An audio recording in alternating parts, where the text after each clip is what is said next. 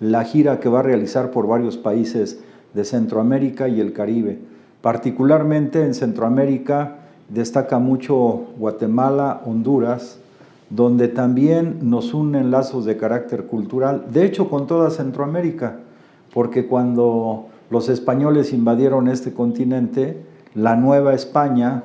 era pues desde California, Wyoming,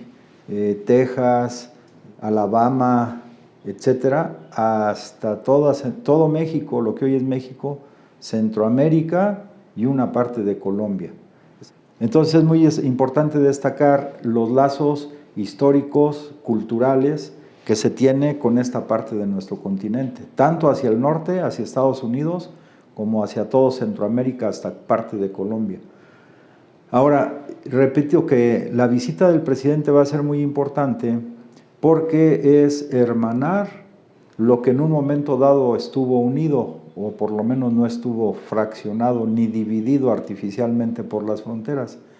Y esto es relevante porque en la construcción del Tren Maya se han descubierto hasta hoy alrededor de 1,300 construcciones, algunas no se han estudiado del todo, están cercadas incluso, pero si unimos eso con la extraordinaria presencia también de los mayas en Guatemala, en Honduras fundamentalmente, pues entonces nos van a unir o van a fortalecerse los lazos de carácter cultural con esta parte del continente americano, lo cual es importantísimo porque hay identidad, hay historia común, hay origen común y sobre todo el reencuentro de esta gran civilización en todos estos países que fue precisamente la cultura maya. Por otro lado, también el presidente de México habló de la presencia de los migrantes mexicanos hacia el norte, es decir, en los Estados Unidos de Norteamérica, alrededor de 40 millones de mexicanos. Algunos, como la canción que hoy puso el presidente en una parte de la conferencia matutina, algunos los alcanzó la frontera. No es que ellos hayan alcanzado la frontera y la hayan pasado, sino la frontera los alcanzó. Es decir, toda la parte, particularmente de California y de Texas, que formaba parte de la República Mexicana o de los Estados Unidos mexicanos, cuando se fijaron las fronteras y que nos arrebataron la mitad del territorio nacional, pues a miles de familias mexicanas las alcanzó la frontera de los Estados Unidos, es decir, ellos no fueron allá, más bien los norteamericanos, al extender la frontera, vinieron acá. Entonces, yo creo que ese bagaje cultural que tiene el presidente de la República le hace hacer claramente el planteamiento de una integración de toda América, es decir, América del Norte con Estados Unidos y Canadá, pero también la relación cultural que tenemos con estos países de Centroamérica y el Caribe, porque hay que recordar que primero llegaron los españoles a Cuba y de ahí hicieron una expedición hacia lo que hoy es México, pero también esta relación afroamericana que tenemos en una parte de Veracruz, una parte de Guerrero y la relación que tienen los cubanos también nos hermana. Es decir, y hacia el sur hay que recordar también que cuando Simón Bolívar se lanzó a lograr la independencia de América, o sea, por eso es el libertador de América, no solamente era Venezuela, ni solamente era parte de Colombia o Perú, sino era pensar en todo el continente hermanado. Entonces, repito, ese acervo cultural que tiene el presidente de México nos hace pensar en la posibilidad real de lo que él llama la integración de todo el continente americano, por la presencia que se tienen no de un año, de 2 años o de un sexenio o 2 sexenios, sino la relación, digamos, de siglos con el norte de América y con Centroamérica y el Caribe. Entonces, esta visita que va a hacer el presidente de México a estos 5 países puede reforzar un ideal que se tuvo, ya sea desde Simón Bolívar y después José Martí y después grandes demócratas, grandes pensadores de todos los países de América Latina, del Caribe y de los Estados Unidos de Norteamérica, para pensar en esa integración del continente, pero no es una integración subordinada a los norteamericanos, como siempre han querido los Estados Unidos de Norteamérica, con la doctrina Monroe, América para los norteamericanos. No, América para los americanos. Y como decía la canción del día de hoy, nosotros somos más americanos que los anglosajones, pero tampoco se trata de generar diferencias raciales o diferencias de origen étnico. No, no se trata de eso. Se trata de que ya es un fenómeno que tenemos actualmente donde conviven y se pueden enriquecer de manera sustancial todas estas culturas, pero sobre la base de la soberanía nacional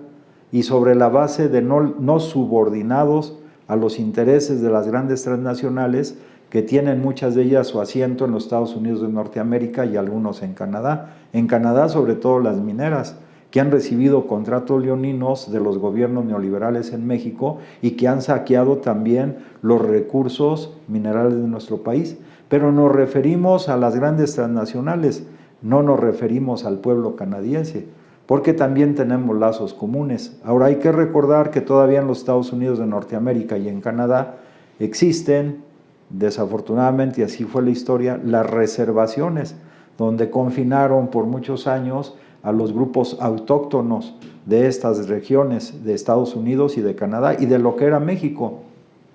o parte de México, como son los apaches, los comanches, los sioux, etc. Es decir, la riqueza cultural de los pueblos de América como continente es extraordinaria. Y entonces lo que el presidente de México está planteando es algo más trascendente, que no es para esta generación, incluso es para esta y las generaciones que vienen. Pero se tiene que tener la mente muy abierta y obrar en base a los principios que plantea el presidente de la República. Sobre todo el tema, como él lo dijo en la mañana, de buscar la unidad y la igualdad, guiarnos por estos principios, y uno que es fundamental que el presidente no deja de plantear, el principio de la fraternidad universal. Aquí vale la pena que si abordamos este problema, por ejemplo el de la migración, no solamente pensando en los intereses económicos, que siempre está presente, sino también en la solidaridad y la fraternidad, entonces el presidente tiene muy buenos argumentos para reinsistir en los Estados Unidos de Norteamérica que se lleve a cabo un flujo ordenado de migrantes y que el presidente Joe Biden cumpla con su promesa también de regularizar la estancia en los Estados Unidos de Norteamérica de alrededor de 11 millones de migrantes. Y en el caso específico de México, pero que ahora el presidente ya lo ha extendido a otros países de, sobre todo Centroamérica, pues también que se den las visas de trabajo de 6 meses. Él ha planteado un mecanismo que si Estados Unidos lo ve de manera racional, ese mecanismo puede quedar implementado. Es decir, de las personas que actualmente están en México, en Centroamérica, que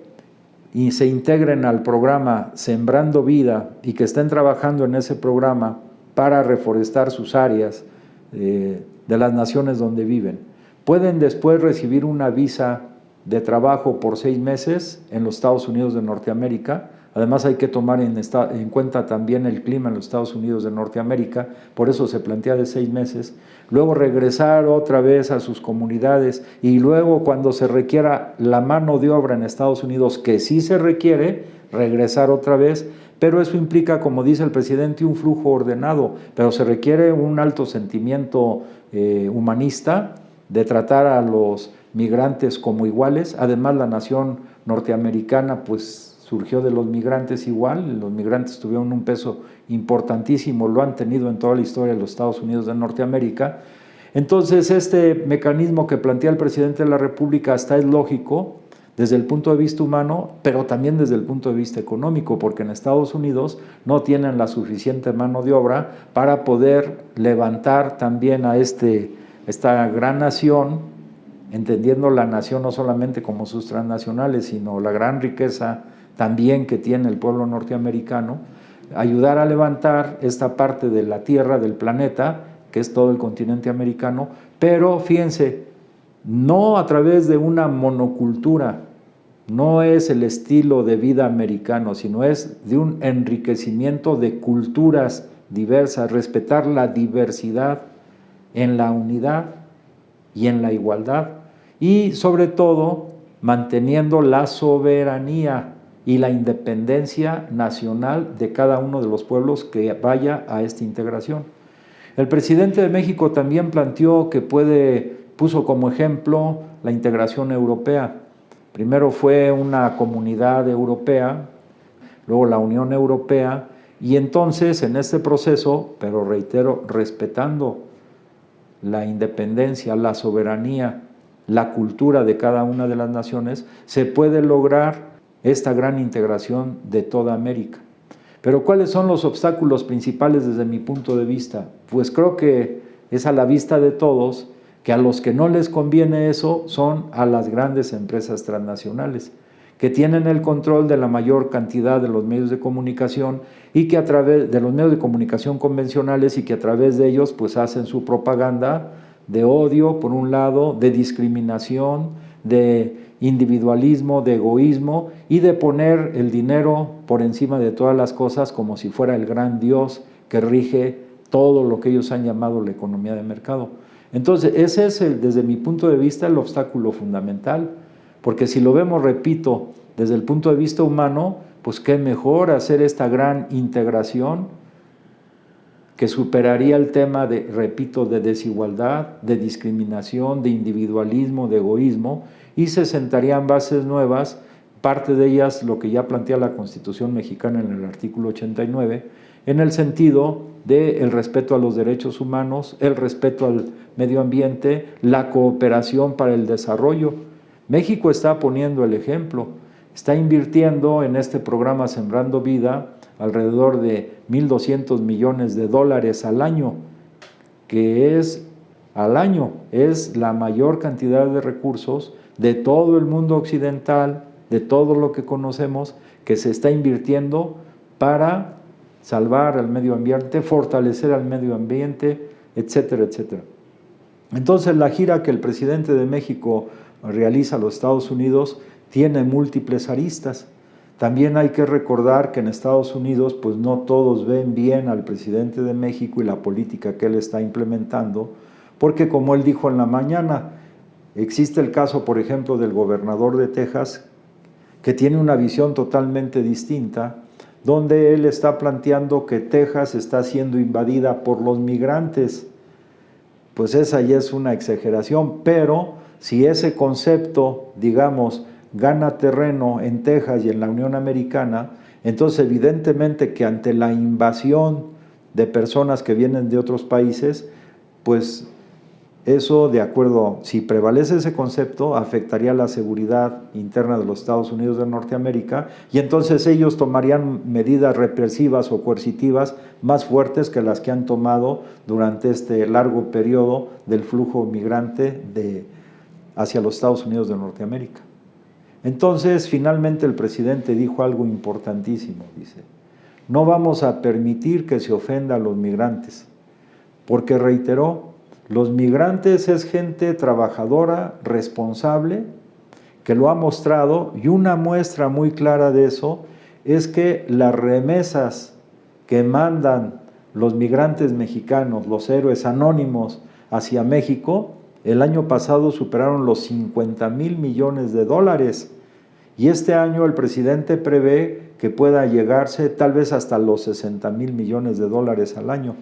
Eso implica que la fuerza de trabajo de los migrantes mexicanos no es de holgazanes, no es de flojos, no es de personas irresponsables, sino al contrario, es de mexicanos laboriosos, que tienen empeño, que tienen entusiasmo y que por las condiciones que sembró el neoliberalismo, tanto en Estados Unidos como en México, pues se les vio siempre como menores o pues lo peor es que se les llegó a calificar de infractores de la ley, etcétera, como hoy pretende hacerlo el gobernador de Texas. Pero el presidente de México también apuntó que cuando hay procesos electorales en Estados Unidos, pues candidatos de uno u otro partido político para quedar bien con los electores, sobre todo pensando en las clases medias y en los sectores anglosajones, pues se lanzan duro contra los migrantes, generando incluso campañas de odio. Pero hay que ver la complementariedad que podemos tener los países de este gran continente.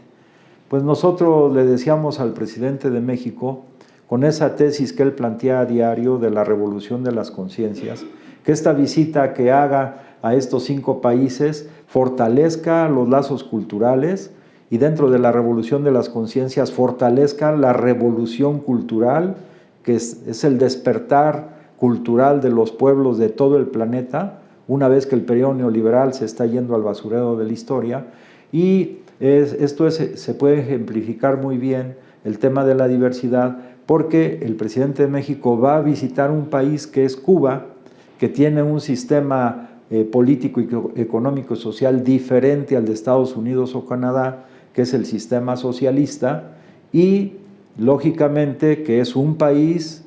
dentro de la comunidad americana muy importante, y también su pueblo tiene derecho, como todos los pueblos del mundo, a ser tratados, como López Obrador dijo de los mexicanos, con respeto, que no se le ofenda, y que ese bloqueo económico que se ha implantado durante varias décadas pueda dar paso a una relación basada en los principios de unidad, de igualdad y de fraternidad.